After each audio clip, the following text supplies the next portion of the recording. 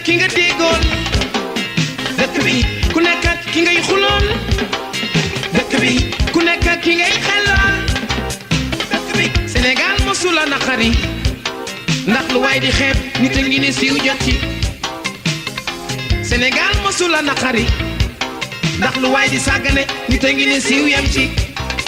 asalaamaaleykum ñu ngi nuyu bépp auditeur u Rewmi FM ñi nga xamante ni saa su ne ñooy ànd ak rajo bi di Rewmi FM Dakar 97.5 rawatina seen émission sociale toute la ville en parle samedi gu jot 10h jàpp 11h ngeen ci ànd ak Ndeye Comba Moreau tey ji seen émission sociale toute la ville en parle lii riir ci dëkk bi dalal Boubacar Seye nekk njiitu ONG Horizon Sans Frontières kon nag tey ji ñu daal di fas yéene waxtaane li nga xamante ni moom mooy actualité bi maanaam sénégalais yi nga xamante ni ñu ngi leen di faat ci bitim réew même bu fekkente ni sax amoon na diir lu ni mel daal di wàññeeku ñu gis nag ci tàng yile lu ni mel dafa daal di tàmbalewaat kon faaw ñu amal taxaw seetlu ngir xam lu ni mel lan moo ko waral wante tamit lan moo ciy solution état bi lan moo ci war a nekk taxawaayam wante sénégalais yi tamit seen bopp lan moo ci war a nekk seen taxawaay daañu waxtaane tamit jafe-jafe yi nga xamante ni sénégalais yi dañ koy jànkonteel foofu lee ca bitim réew rôle consulat yi ak ambassade yi wante tamit jeunes yi nga xamante ni dem nañ bëgg a ñibbisi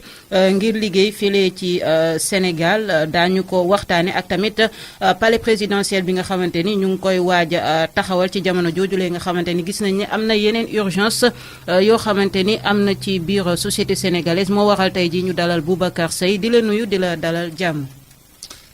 Ndeye Comba maa ngi lay nuyu di nuyu waa rajo bi yëpp di nuyu waa Sénégal yëpp.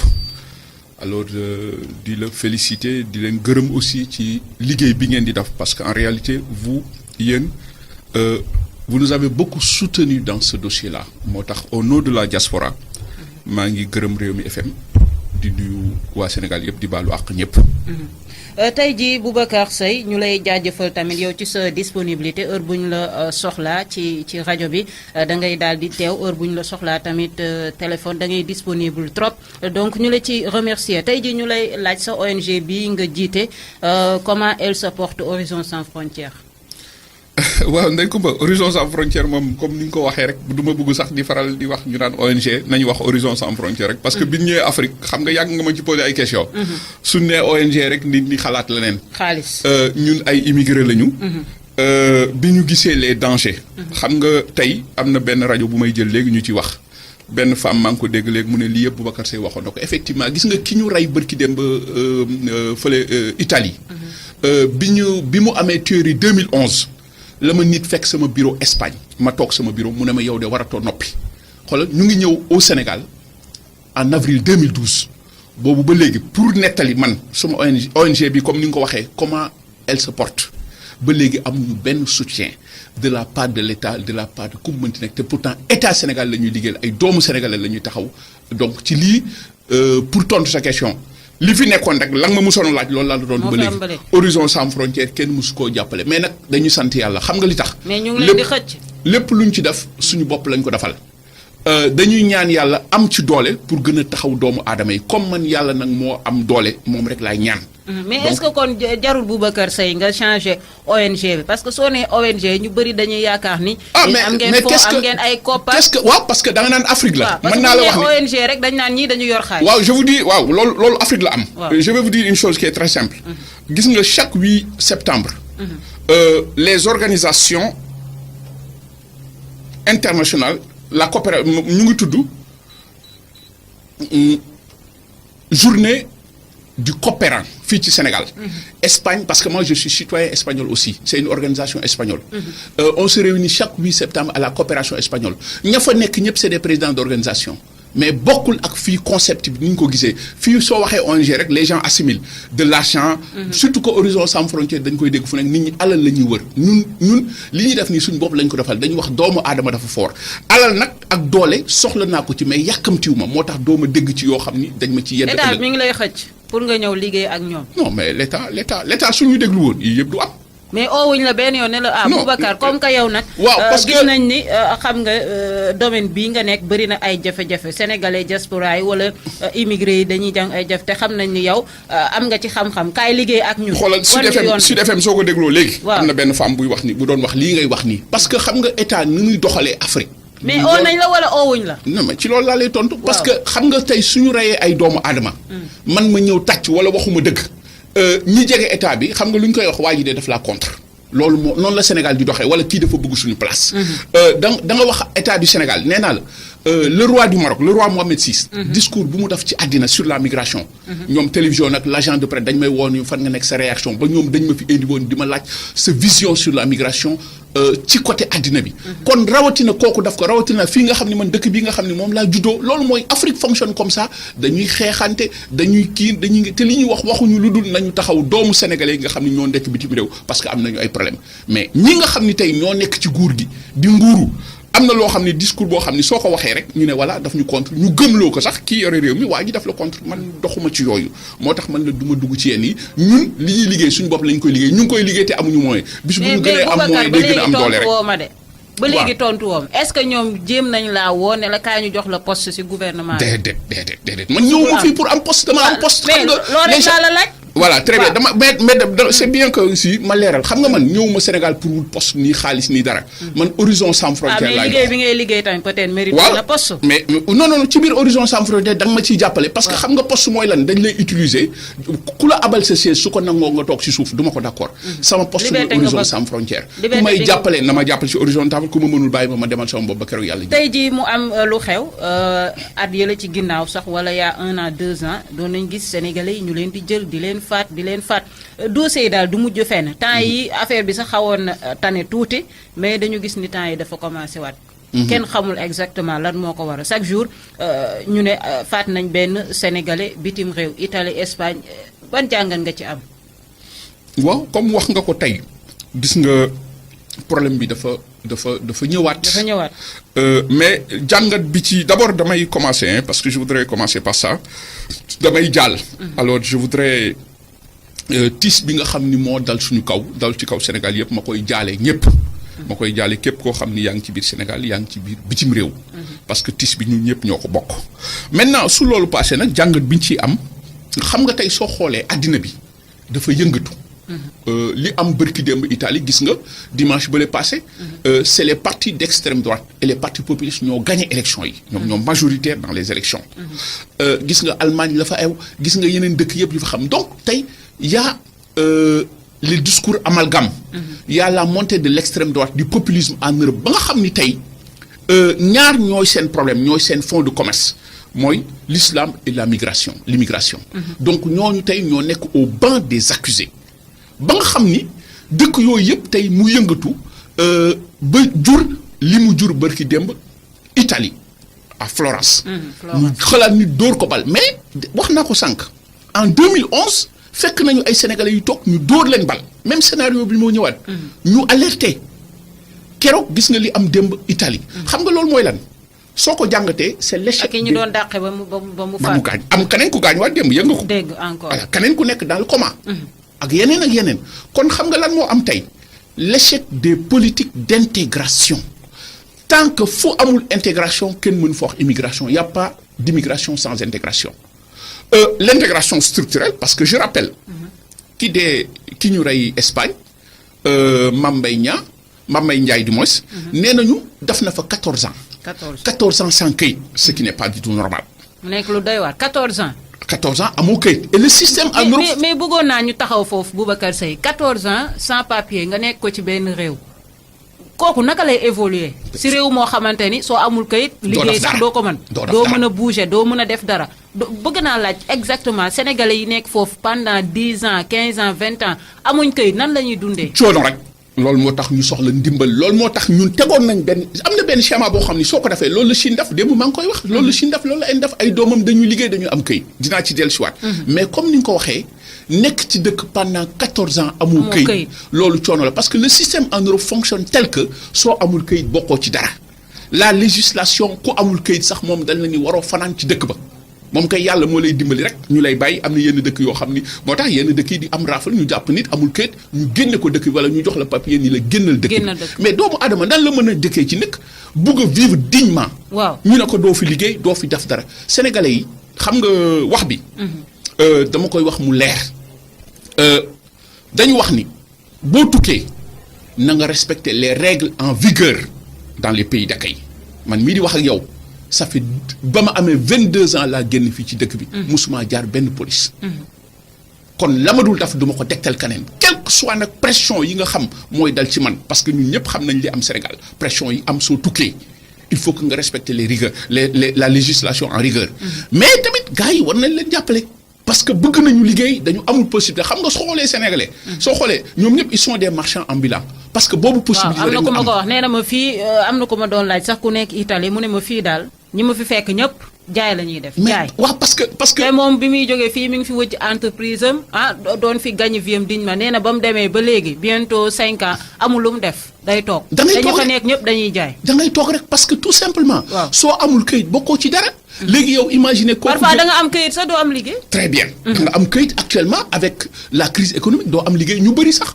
damay dëggal li nga wax ñu bëri perte nañu seen këyit ndax ñàkk liggéey. parce que këyit bi. l'Europe daf ñoo yeb rek. mais këyit bi dañ ciy dund doom ji ci dugal seen xaalis.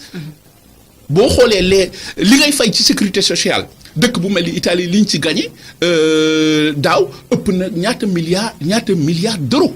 ci li ñu gagné ci xaalis bi. donc yooyu yëpp ñoom dañuy dund am na ñoo xam ne tey perte nañ seen këyit parce que amatuñu liggéey léegi nga am këyit liggéey nga ñàkk këyit mu gën a metti bokkoo ci dërëm mais loolu doomu aadama dafa fóor loolu moo tax ñooñu tamit dañoo bàyyi njaboot fii ci dëkk bi. am ñu leen di yaakaar nga dem di jaay. léegi ñu ne la fii doo fi taxaw doo jaay parce que ku amul këyit waroo fi taxaw. bokkoo daal yow bokkoo ci dara. mais ñooñu tey moom moo indi loolu situation yooyu moo indi soo xoolee. ñaata Sénégalais li ci bëri da ngay dégg ñu ne marchand ambulant la woon dañ ko doon dàq. dañ koy lii mais loolu tamit ba kañ. kon Europe am na une grande part de responsabilité dans l'échec. mais est-ce que Boubacar jarul ngeen def si seen ONG sensibiliser jeunes yi ñu xam li nekk Europe actuellement. ñu xam ni Europe peut-être nekkul ab àjjana. wala foo xamante ni Eldorado maanaam da ngay dem di for xaalis est-ce que di nga leen wax ni tubaab bi ci boppam sax actuellement ñoo gën a sonn. mais biñ fi ñëwee ba léegi ñun ci loolu lañ nekk. est-ce que yéen a ngi leen koy wax nañu keroog une relecture des perspectives parce que tey xam nga lan mooy erreur. xam nga lan mooy erreur nga foog ni pour ma tekki rek. il faut ma dem Europe parce que gisoo ñi dem ñëpp. ñu su bëri dañ koy rëccu. xam nga kooku yore entreprise am rëccu na ko. xam nga man maa ngi ñëw y a 10 jours. soo génnee. dafa am loo xam ni dinaa ko wax ci émission bi c'est très important. Il y a plein de Sénégalais en situation dépressive. en Europe mooy ñi tàggoon nañu seen xel ndax ay problème parce que la nga yaakaaroon ñëw ñu ngi ci sedd bi ñu ngi ci feu rouge taxaw ñu ngi fa la jaaxle y a aucune assistance ñooñu dañu soxla ndimbal ñooñu dañu soxla ñu jàpp leen état du Sénégal dafa am liggéey bu rëy bu mu war a def ci liggéey boobu dafa des est-ce que comprendre nga. tey jii ñun loolu la ñu bëgg a wax leen li nekk foofu. mais ci loolu laa mos a nekk la sensibilisation mais xam nga Ndeye Comba. la ma mën rek laay def ak doole ba ma ci mën bis bu ma gënee mën leneen def leneen. parce que am ñoo xam dañ naan ñii nee nañ dëkk ba neexul te ku jógee dëkk ba balay yàgg nga tabax kër wala nga yor sa oto wala nii ak naa kon ñun danañ dem xool. lu nekk foofu waaw y a cette curiosité là et puis aussi. wala parfois tamit ñi ngay gis ñuy tabax kër ak di dawal seen oto xamoo fu ñu jaar. mais justement il faudrait faire attention si loolu yëpp. moo tax j'ai parlé tout à l'heure de relecture des perspectives. Il faut que ñu xoolaat mbir yi il faut des outils d'aide à la prise de décision maintenant nag au Sénégal dafa bëri des pesanteurs socio-économiques parce que ñëpp xalaat nga ni boo tukkiwul gis nga tukki dafa xew Sénégal. Le Sénégal est un pays à tradition migratoire ancienne la migration c'est ancré dans l'esprit des Sénégalais. ba nga xam ni tey théorie yëpp dama koy répéter waat daf fi ñëwaat. boo jëlee am na benn théorie qu'on appelle la nouvelle économie des migrations internationales xam nga ci théorie boobu migration nekkatul. Une décision personnelle c'est une décision collective initiée dans le couple ou bien dans des ci ay entités très liées da ngay gis tey ku jaay bagaasam ay jëkkëram dem ñuy jaay kiyam tey la na kër gi teggi na dem nañu mais nga dem pour fekk fa lan taxaw ci feu rouge di jaay loolu yëpp moo jar a xoolaat nga jël la causalité cumulative mooy toppandoo mooy li nga wax mais kii dem ma nga fa mais bi mu ñëwee keroog tabax na oto. jël na lii tabax na kër. yooyu yëpp lu ñu war a xoolaat la. nga jël même au plan macroéconomique yow nga nekk fii di liggéey Ndey Kumba ñu ne la ah yow Ndey Kumba attention de soo demee Paris li ñu lay fay moo ëpp fii loolu yëpp tey ces théories là font que le Sénégal dafa nekk dëkk boo xam ni ñëpp a bëgg a tukki parce que théorie yëpp moo vérifié au Sénégal mais dëkk bu mel noonu nag suñ la ko joxee soo ko dee diriger nga jël nga xayma ñaata doomu sénégalais tey ñoo nekk bitim réew fii ñëpp a bëgg a tukki gis nga su ma génnee léegi ay nit woo ma ni ma Boubacar man de damaa bëgg a tukki am na ñu doon dem ba may jox xaalis foog ni man musu leen maa dégg ma wax ci visa xaw bokk pour wax la ni fii ñëpp a bëgg a tukki mais dëkk bu mel noonu nag il faudrait que nga teg ce qu'on appelle des centres de relecture de la perspective avec des outils d'aide à la prise de décision waxtaan ak nit ñi accélérer la sensibilisation pour wax leen ni de Europe ga ngeen foog noonu. la fa nekk mel noonu parce que tubaab bi sax ñoo leen gën a sonn. mais loolu c'est un travail. l'État moo ko war a def. parce que parfois léegi da ngay gis tubaab bi dañuy dem ba retraité jël seen xaalisu retraite ñëw ba Sénégal jënd fi kër. toog man de xoolal soo duggee bool léegi di ñëw Afrique. waaw avion bi tubaab yee ci ëpp. ñoo ci ëpp ñu nekk ñu ngi ñëw di prospecter di xool. fii Afrique lépp a ngi fi. nous avons tout. seulement nag y a un problème di dem. seulement y a un problème qu'il faut soulever Ndey Kumba. y a les inégalités. y a l'extrême pauvreté. doomu aadama dafa war a fort. parce que lan moo fi nekk dans des pays comme le Sénégal. une petite minorité ñooy dund ñeneen ñi duñu dund ñi si des ñëpp toog di xool soo génnee xale yi am nañ jom soo génnee di nga gis ñoo xam ne fii ñu ngi fexe nuñ ci génnee mais kenn jàppale wu leen mais kooku xam nga lu muy def 1000 francs yu mu am jël na 500 yi foog ni war naa dem. jaar Libye pour dugg. loolu moom mooy erreur bi. parce que ku nekk foog na y a pas de perspective il faudrait des perspectives heureuses il faudrait tey jii nga changer nit ñi seen mentalité ñu gëm seen bopp xam ni fii de. dëkk bi war nañ ko mën a liggéey te ñeen na ko mën a liggéeyal seen bopp. mais loolu dafa laaj un travail de fond mais tey jii ki lay wax loolu ay doomam a ngi jàngee Europe. waaw moom su feebaree Europe lay faju yee jël xaalis dëkk bi di ko lii. nga yeewu suba teel ndox boo leen naan amu leen ko ngeen yeewu suba teel courant amul mais kooku tey jii soo ko bëggee téye fii ci dëkk bi da ngay nax sa bopp. il faudrait revoir tout cela. Boubacar Seye dinañ gis ñu jékki-jékki comme dëkk bu mel ni par exemple Italie wala Espagne ñu ne dañuy may ay këyit. waaw dañuy jékki-jékki ne dañuy may ay këyit. immigré yi nekk foofu da nga dem pour ñaan këyit mais am na somme boo xam ne da nga koy verser mais souvent naka lay demee këyit yooyu ñuy jékki-jékki ne dañ koy maye. waaw xam nga bon le terme maye. en réalité du maye. parce que këyit xam nga soo nekkee ci dëkk dañuy toog ba si ak par exemple loi mën na génn. comme léegi ñu ne dañuy régulariser. waaw mais mais régularisation bi dafa am ay conditions. parce que ki ñuy may këyit comme ni ma ko waxee l'Europe a un besoin donc conjoncturel parce que këyit yooyu day indi xaalis ki ñuy may këyit. mooy ki nga xam ni dafa yore un contrat de travail. contrat de travail boobu soo ko amee ki la jël dafay verser à la sécurité sociale. mais ki nga xam ni moom dafay taxaw ci mbedd mi di jaay nekk yore yëfu boppam kooku amul contrat de travail kooku kenn du ko may këyit ki ñuy may këyit pour mu leer mooy su loi génnee ñu may këyit mais loi boobu këyit bi dafa am ay conditions yu mu àndal il faut nga wane un contrat de travail. ñu may la këyit 1 an pour xool këyit boobu nag soo ko xasee ba génn chaque fin du mois da ngay fay sécurité sociale. est-ce que mbir mi noonu la demee mais ki nga xam ni moom. maanaam dañuy dem ba soxla xaalis rek dañuy may ay këyit. mais bu ñu soxla xaalis sax dañuy def loolu. ne gars yi versé. mais suñu boo xoolee sax yenn dëkk yi mais est-ce que souvent ñi déposé ñëpp dinañ leen may këyit dinañ leen jox ay këyit. waaw mais ça dépend soo réunir sur conditions yi. am ku taxaw vérifier ni effectivement daf lay jël ay papiers yu leer ñu vérifier généralement sa këyit day génn man mii ba may egsi Europe man noonu laa amee këyit. dinañ taxaw fenn parce que dañuy gis souvent problème yi su amee di nga interpeller les sénégalais de la diaspora sénégalais maanaam ñu ngi fépp sax ci àdduna bi. mais da ngay gis souvent boo leen di laaj mais ambassade bi nekk foofu lan mooy taxawaay wala nga ne leen consulat bi nekk foofu lan mooy taxawaay mais souvent dañ lay wax ñooñu amuñ fi njëriñ mais bëgg nañ la laaj loolu consulat wala ambassade lan la surtout bu waa Sénégal. waaw xam nga lan la exactement. xam nga tey jii pour dëggal li nga wax. waaw.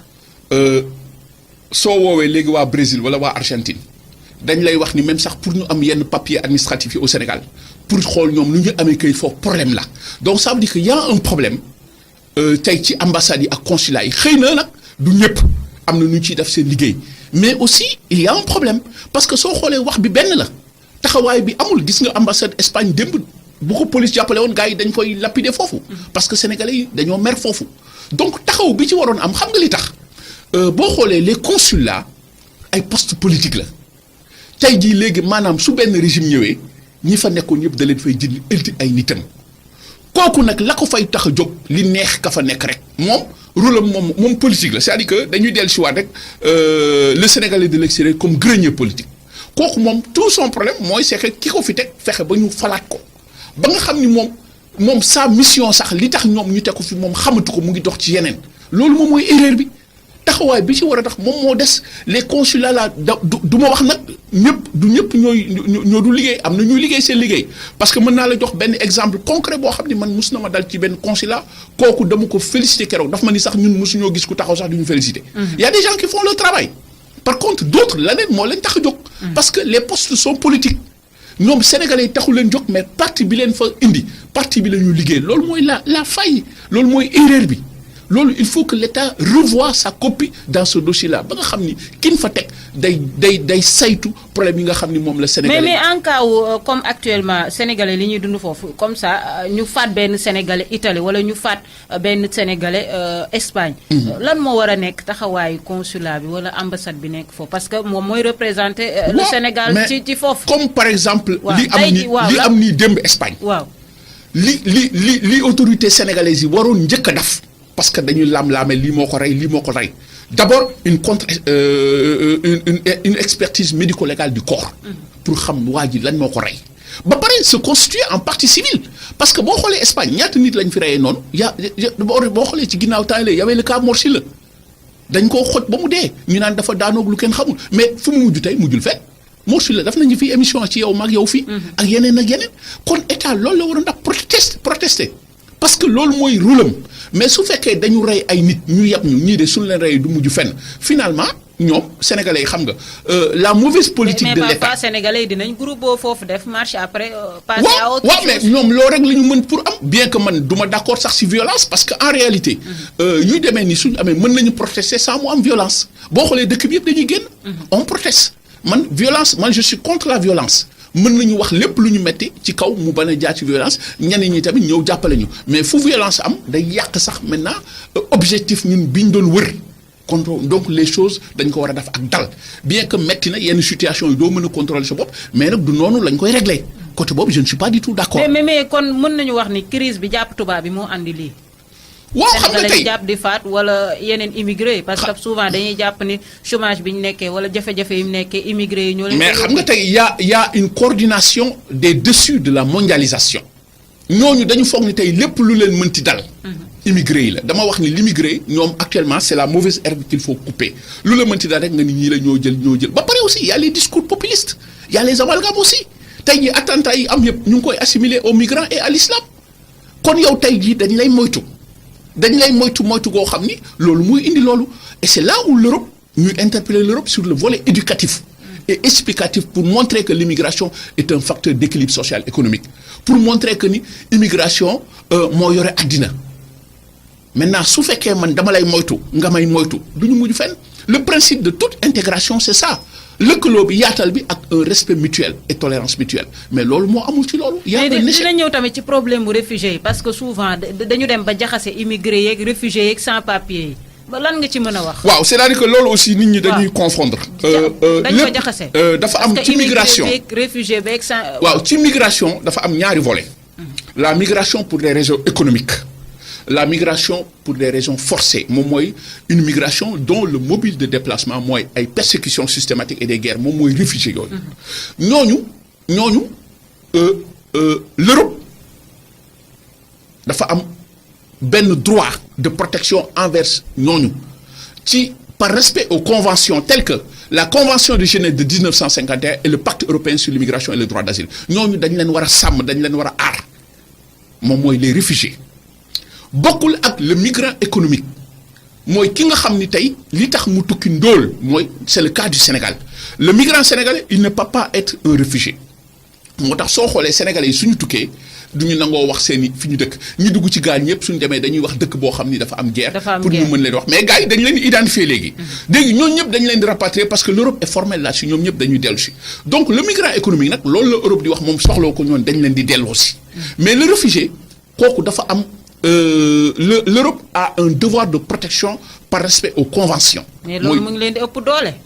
waaw mais parce que Europe dafa définirul une politique commune en matière de migration et de droit d'asile loolu moo indi lii parce que y a toute une hypocrisie dans la gestion de ces flux là France day def lu ko neex Italie ne man da ngeen maa seetaan ak Espagne Grèce ni lii keneen ni laa gisoo moo tax am na ay temps Turquie taxaw ni waa comme nii la indi leen ma noonu ngeen jox ma xaalis ba mu indi woon ay coow parce que Europe moo définir une politique commune les Nations Unies aussi wañewuñu fulla taxaw di seetaan loolu moo indi coow lii yépp ci àddina l'échec des politiques d'intégration et le vide juridique bi am tey dans la gestion de ces flux là parce que ku nekk day def lu neex y a pas de loi universelle. mais Europe tey ji moom ci boppam dafa jaaxle.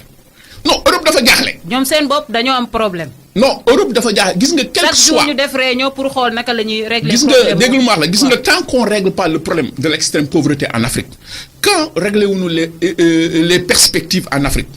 gis nga les migrants là ñi di jaar ci géej gi mu ngi mel ni ndox su songoo fi kenn mënu koo téye législation bu ñu mënti teg les gens vont braver ça parce que kenn mënu leen téye lii leen waxoon rek bis boo leen tëjee porte yi nit ñi jaar par la fenêtre Europe moo war a xoolaat boppam dans la gestion de ces crises là parce que dafa am dëkk européens yoo xam ni ñoom ñoo créé situation bi créé des amalgames ñoom ils n'ont pas ce besoin là. Par contre, l'Allemagne a besoin de ça. Gisoo Allemagne mu ubbi woon bunt yi parce que les populations sont vieillissantes.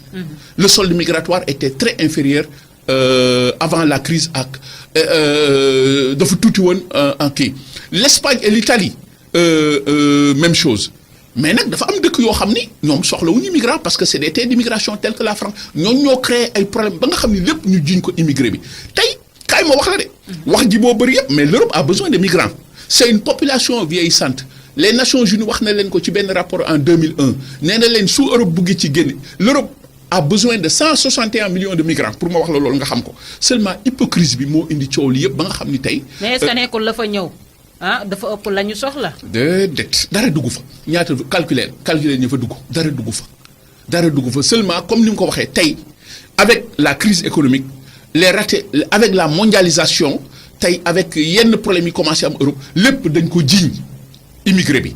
attentat yi di am l'amalgame l'islam immigration ñu ne immigré la parce que ñii di def attentat yépp ñu jàpp ne ñooñu ay naar lañu wala ay turu nit ku ñuul lañu indexé ñooñu stigmatisé ñooñu ba nga xam ni tey jii foo mënti dëkk tamit immigré maqaama boo mënti am nit ku ñuul maqaama boo mënti am foo taxaw dañ lay moytu loolu erreur la ñi créé loolu ñoo indi situation bi yépp léegi nag ñu boole ci la faiblesse des États un pays comme le Sénégal war na wone fulla ba nga xam ni kat lii ñuy def nii sama doom nii du ma ko d'accord. état yi kat li ñuy jéem bariwul dinañ la laaj tuuti ci mbirum Mbaye Diop déggatuñ ci dara foofu ca Arabie Saoudite ban information ngeen ci am. amul benn information comme ni nga ko waxee gisu Mbaye Diop gisoo keroog keroog laa koy fàttali état du Sénégal ci le 8 mars.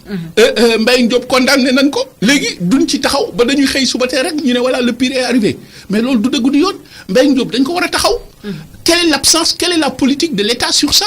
quel jéego yu ñu ci teg waroon naa ñoom ñu taxaw seen rajo bi ñu expliquer mais quand vous leur posez la question ñu ne ñoom ñu ngi liggéey une diplomatie qui ne parle pas mais en Europe quand il y a un problème da ngay gis ministre tutelle soo ko woowee fii mu ñoom soo leen woowee ñu tëj y a pas de communication wax naa ko léegi ci benn rajo l'absence de communication moo indi lii yëpp ñoom dañuy liggéey qu'on nous fasse le bilan du travail qu'ils ont fait y a Cheikh Diaw en Italie ñu jiñ ko tëj ko yaayam mu ngi foofu barki dem la ma yónnee leeg ni leen dañ leen wax ni les Sénégalais de l'extérieur mais c'est excessivement grave li ñu wax ni dañ leen wax ni la protection juridique ñoom bi ñu am les Sénégalais de l'extérieur duñ ci mën a bénéficier wu Sénégal rek la yem donc ça veut dire que ñun duñu ay Sénégalais kon suñu reyee ñu jàpp ñu du mujj fenn loolu c'est excessivement grave. dinañ la laaj tamit Boubacar Seye ndax bu fekkente ni Sénégalais surtout les jeunes dañuy quitter dem Europe wala dem Amérique wala dem feneen daal foo xamante ni du Sénégal ngir daan fa seen doole mais lu ëpp ci ñoom am na ñoo xam sax dem nañ ba pare di ko rëccu mais am na ñoo xam sax am nañ fa teraanga mais dañoo bëgg a dellu si mais dellu si boobu tamit ça pose problème. lan moo ciy solution. waaw dellu si boobu ñu ci bëri. ñu ngi bëgg a dellu si. ñu bëri moom actuellement te pire encore man gis naa fi ñoo xam ni. un jour dañ ma fekk suñu bureau dañoo dellu si woon ba dellu si waat Sénégal mais dañoo mujj ñëpp dellu si waat parce que soo ñëwee Sénégal c'est lépp la ñuy tëj xam nga état dafa war a teg une politique migratoire teg des mécanismes d'insertion socio-économique pour ñi nga xam ne gis nga soo ñëwee Sénégal léegi bëgg fee sàmm dara jàppale Horizon Sans Frontières ñun bi ñu ñëwee bëgg fee sàmm dara ñun façon bu ñu xatal bu nekk daf nañ ñu ko mais du tax ñu dem ñu bàyyi suñu sayoon tey li ñu bëgg ñun daw nañ bu yàgg mais du ñu daw ñeneen ñëw nañu pour ubbi des infrastructures mais il y a trop de pesanteur socio-économique dans ce pays nga xam ni dafay mujjee nekk des facteurs de blocage ñoo ñu delluwaat yooyu yëpp yu ñu war a xoolaat la léegi ki bëgg a ñibbisi mais ban accompagnement la ko état mën a defal pour moom mu ñibbisi. quel mécanisme d'insertion ñu bëri bëgg nañ ñibbisi. mais ñemewuñ ñibbisi. nee naa la am na ñoo xam ni jaayoon nañu seen i këyit. daal di ñëw ba fii xaalis bañ leen waxoon sax jotuñu ko. ba ñu ñëw ba fii mënatuñoo dellusiwaat am na ñoo xam ne tey bëgg nañ ñëw si pour liggéey Sénégal mais sañ ñoo ñëw parce que suñ ñëwee tey jii lépp lañ leen di tëjal lépp lañ leen kiyal parce que tant que waxoo lu neex ñu nguur gi wala ñëwoo ànd ak ñoom dañ lay bloqué ces facteurs là moo war a jeex xam nga lan moo war a jeex ces inégalités là. kii diw la wala kii fee la bokk kii wala bokkul fi loolu tant que ñu ngi demee noonu dëkk bi dina naqaree defar te immigration moo yore àddina je rappelle que c'est un élément essentiel de la géopolitique actuellement mondiale. mais Boubacar tamit ndaw yi lan moo leen mën a téye faaw ñu laaj la ko parce que gis nañ actuellement même bu ñu mënul am visa danañ jaaree ci dëkku naari suñu jaaree ci dëkku naari dugg di def seen bopp comme ay réfugiés alors que duñ ay réfugiés mais lan moo mën a téye actuellement les jeunes au Sénégal lan moo leen mën a téye. ndaw ñi parce que man ñi may waxal ñëpp ñu dem bitim réew ñibbisi moo nekk seen bopp. ndaw ñi lu leen mën a téye. li leen mën a téye fii ci dëkk bi. mooy ñu gëm seen bopp. ñu gëm seen bopp ñu liggéey Sénégal loolu moo mën a téye ndaw ñi. tey jii dans un pays comme le Sénégal lan moo ciy génn ndaw ñi liggéey la formation et la création d'emploi loolu moom moo mën a téye ndaw si il faut que l'État mu mette plus l'accent sur la formation et la création d'emploi tant que daful loolu day am problème loolu moom mooy wax bi il faut une relecture des perspectives wax naa ko léegi il faut que ñu gëm loolu nit ñi du tukki moo leen ci génne. du tukki moo leen ci génne de dëkk affaire bi fii la mais ci kaw mu am d'autres perspectives beaucoup plus heureuses pour mën leen ci génne. il faut que mu am cette volonté politique il faut ñu gëmloo leen seen bopp ne mbir mi jarul nga jël sa xaalis jël visa dem ba Europe taxaw ci feu rouge y a des gens qui ont dépassé plus de 5 millions 4 millions dem taxaw ci feu rouge wala ñuy jaay benn càq boo xam ni 1 euro lañ ci am tasante naa benn koo xam ni daf ma ni grand man rëccu naa lii ma dal nii parce que dama yore woon sama magasin Thiès yore sama jabar maa ngi nii aw ma kayit mënu maa gis sama doom mënu maa gis sama jabar ci marché bi laay nekk di dàqante donc ñu bari sax dañuy obligé ut fa jabaru tubaab pour am kayit waaw yooyu tamit beneen phénomène la. waaw yooyu yëpp mu ngi ci am na koo xam ne tey mais yooyu yëpp aussi l'Europe est en train de démasquer cela.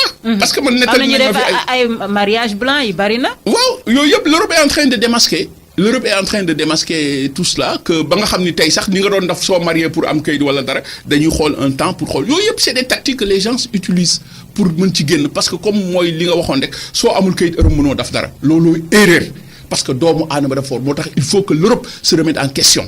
parce que dañuy toroxal doomu aadama à cause d'une loi dama wax ni loi su demee bay toroxal doomu aadama war nañ ko xoolaat. mais est-ce que tamit Boubacar Seye jarul ñuy wax comme ça bu fekkee yow. Ndeye Comba am na ay këyitam.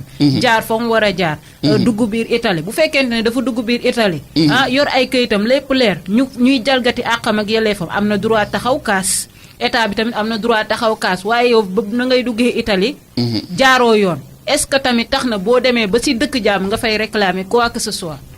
waaw xam nga loolu moom sax état yi non Europe sax informel là-dessus yow boo amul këyit moom amoo sax droit taxaw seen dëkk naan loolu moom les sont formels seulement du ñu bàyyi duñ ci loolu tamit foog ñu ciy bàyyi xel non loolu moo tax mani la soo egsee ci dëkk man boo egsee ci dëkk da nga war a respecter toute la législation en vigueur ci dëkk boobu soo ko deful moom ñun loolu mënuñu ci ànd lu ñu tere na nga ko bàyyi lépp loo xam ni vente illicite la dorog beeg ñoom seet parce que ñu bari ñu ngi leen di faat parce que ci dorog bi la ñu nekk man du ma accuser kenn mais du ma dictal kenn loo xam tamit du ma ko def parce que nee naa la def naa 18 ans Europe ba tey ma yore nationalité européenne kenn mësuma woo police kon su ma dee conseil nit loolu laa koy conseiller nañu bañ a yàkkamti loolu laa wax ni il faudrait une relecture de tout cela parce que xam nga nit ñi am dañu nekk dans une société où lépp ñu ngi ko teg ci am ci xaalis lu mu la may lu mu yore lu muy dawal lu muy liggéey lu mu rek ngay dégg ba nga xam ni ñëpp dañu war a daw par force pour am il faut que ñu delloo si waat suñu bopp ci yàlla am yàlla moo ko yore il faudrait débat de fond parce que loolu moo tax ndaw ñi tey ku nekk déggoo ma koo fi mënti liggéeyloo gis nga kii taxaw nii fii ci marché bi di jaay wala ku yore téléphone am xoolal su ma ko gisoon tey su ma mi ngi xalaat wala ku yor ponkalu magasin macha allah mi ngi xalaat nan lay taylee magasin bi grand il faut ma gis la de il faut ma li jox ma si téléphone su ma ko joxee sama téléphone lu may njëkk a wax mais grand nan nga may jàppalee ba ma dem parce que ñëpp gis nga fi ne ni fu mu liggéeyee 1000 francs jël na 500 yi denc di dajale su amee passe comme dee nu ko may visa mu jaar ci wala mu dem kii yu kenn xamul loolu moom mooy erreur bi il faut que ñu xoolaat suñu bopp mais États-Unis tamit daañu fa taxaw lan moo waral États-Unis da ngay gis ku fa dem mën fa am 30 ans du am këyit du ñëw. waaw parce que moo ko waral. parce que États-Unis gis nga kaaw Assane Diouf ñu bari sax nee nañ dafa bëggoon ñibbisi moo tax mu doon def yenn yi pour mën a ñëw. yooyu yëpp parce que yàgg na fa. manque de xam nga tout à l'heure j'ai parlé de. parce que kaaw États-Unis encore c'est plus grave. non c'est pire. c'est pire wax naa la sànq dama wax ni. sur ce dossier-là la souveraineté appartient à chaque pays muy def lu la neex. États-Unis wax naa leen ko dañu war a y a une loi en phase Immigration Reform Act bi ñu mujjee def en 1986 dama wax ni il faut ñu changer ko bon cette loi dëkk la boo xam ni tamit nag soo xasee ba dugg moom mën nga bañ a am problème. waaw mais avec Donald Trump les choses changent. ba buy expulsé généralement soo da nga doon dugg rek doo am këyit mën nga bañ a am këyit. États-Unis ngay nekk mën nga fa am 30 ans gis ku fa am 30 ans amul këyit gis ku fa ñëw démb am këyit yooyu yëpp lu ñu war a xoolaat la parce que quand une loi sépare des gens wax naa ko keroog Obama bi ñëw fii nee nga li nga regretté mooy da nga gisul woon sa papa man na nga fàttaliku sur ces lois en vigueur aux États-Unis yéen a ngi xaajale doom ak papam bi mu ñëwee fii loolu ñun message boobu lañ ko joxoon. mais loolu tamit lu ñu war a jor a xoolaat mais loolu yëpp Nations Unies moo war a jógaat tey daf une refondation des lois qui résistent la migration pour protéger les plus faibles parce que sinon. mais Obama la mu fa defoon sax ngir permettre même ñi nga xam dañ fi yàgg amuñ koy seen doom yi mën di jàng ainsi de suite. ba Trump nee na da koy dindi wala dindi na ko. parce que moom toute stratégie de campagne mu ngi ko tegoon sur l'immigration et l'islam. gëm nga ni dina delloo si ñi fa nekk ñëpp wala mënul nekk. dina. delloo si maanaam amul il va prendre des mesures gis nga temps yi li xew États-Unis xanaa gisoo ces crimes raciaux yi nga xam ni moom la ñu xam les colis piégés là boo xoolee ay nit ñu ñuul la rey ak ay latino-américains ñett ñi fa dee ñëpp ñii ay latino-américains ñii ay nit ñu kon li musul am États-Unis mu ngi ko fay am cette crise cette haine raciale là problème yi nga xam entre les races mu ngi ko fay am lépp mu tënk ko ci immigration mais ñu mel noonu tey États-Unis dafa war a interpeller des dirigeants comme ça moo tax li am l'Europe et les Nations Unies am nañ ci une grande part de responsabilité la montée des partis d'extrême droite là il faut lutter contre mais gis nga tey y a un danger Italie ñoo ko jël et il y aura une coordination des partis d'extrême droite il y aura l'effet domino en France ñu ngi gis Marine Le Pen bis bu jëlee pouvoir bi gis nga il s'est félicité de la victoire de l'extrême droite gis nga li xew Allemagne parti extrême droite bi dafa gagné ay points ba siégé gis nga li xam Autriche c'est l'extrême droite qui a pris le chancelier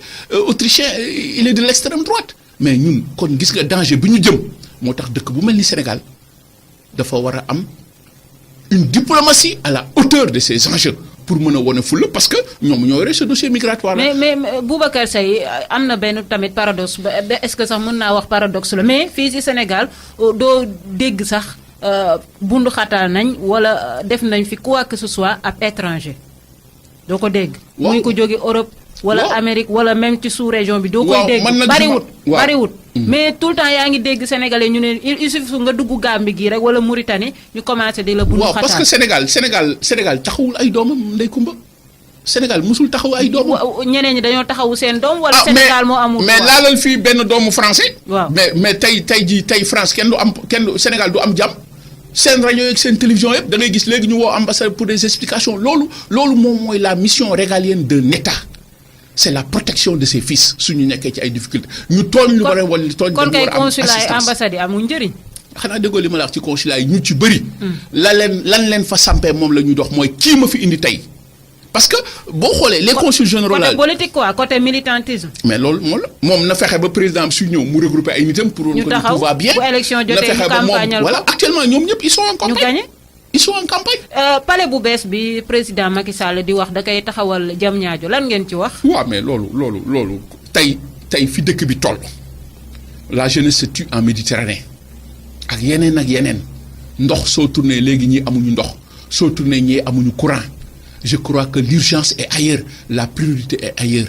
La construction d'un palais annexe tey du priorité au Sénégal xam nga priorité mooy lan c'est l'éducation doxul priorité mooy lan la santé priorité lan c'est l'emploi des jeunes parce que suñu demee ba nga xam ni la force vive d'une nation se tue en Méditerranée foog ni mbir mi Europe la ba ñu leen di rey di leen dóor ay bal il y a un danger kon tey jii il faudrait ñu xoolaat yooyu ñu diagnostiquer les véritables problèmes mettre l'accent sur des priorités justes au Sénégal damay wax ni y a un déficit entre le conjoncturel et le structurel il y a des inégalités gis nga l'indice de développement le coefficient de Gini yooyu yëpp dañu supérieur inférieur mais li ma gën a jaaxal dañuy insister j'entends des taux de croissance yoo xam ni dara amu ci Sénégal léegi nga gis ñu affiché 10. ah nee nañ croissance kenn du ko lekk. 7 mais attends mais toutes les séquences de ce taux de croissance wane ni le Sénégal glisse dans la plutocratie moom mooy pouvoir des plus forts loolu baaxul. Ce taux de croissance là bi ñuy wax ñoom ça profite à qui? Ça ne profite pas aux Sénégalais. xam nga tey lan mooy le défi au Sénégal xam nga tey moom la mooy lan mooy ndaw si di dugg marché mu mën a lekk. taux de croissance boobu moom war na ko wër.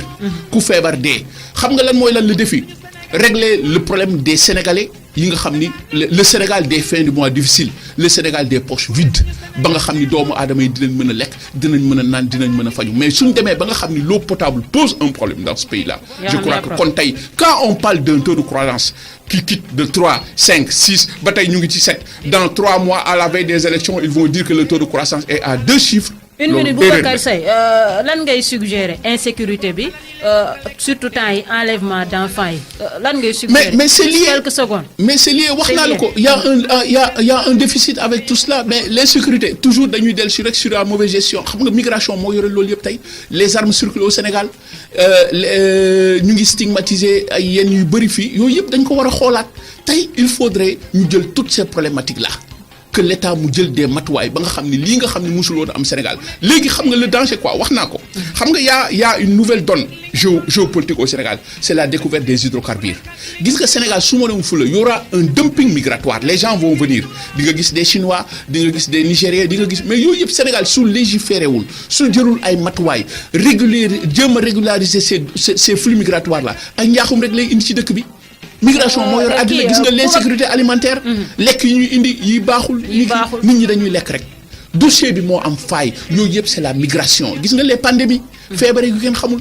donc migration moo yore àddina Sénégal dafa waroon teg un grand ministère qui n'a rien à voir avec la diplomatie boo xam ne moom mooy jël la migration dans sa transversalité sa diversité et sa globalité pour mën a aar doomu sénégalais. Dernière question 2019 est-ce que Boubacar Seye d'accord na société civile bi am candidat.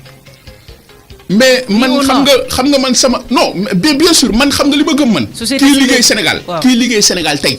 bokkul ci ñi ma fi gis ñi ñëpp.